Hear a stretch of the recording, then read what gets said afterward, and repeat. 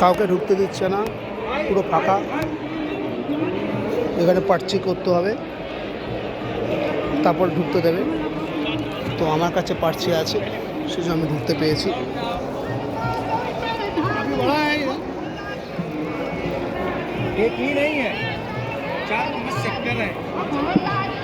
চার পাঁচ সেক্টর আছে এখানে, ছোট ছোট ব্যবস্থা আছে। বিশাল বড় এটা বিশ্ব হিন্দু পরিষদটা।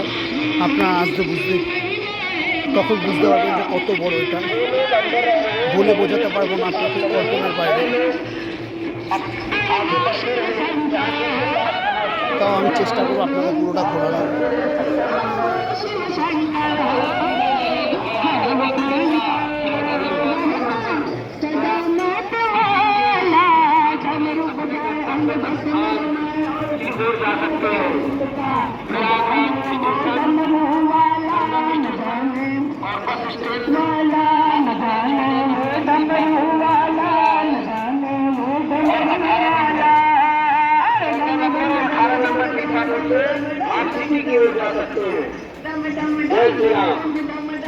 और परिसर में रह रहे लोग कृपया स्वच्छता बनाए, इधर उधर पूरा कचरा न फेंके और शौचालय का उपयोग शौचालय का उपयोग करें।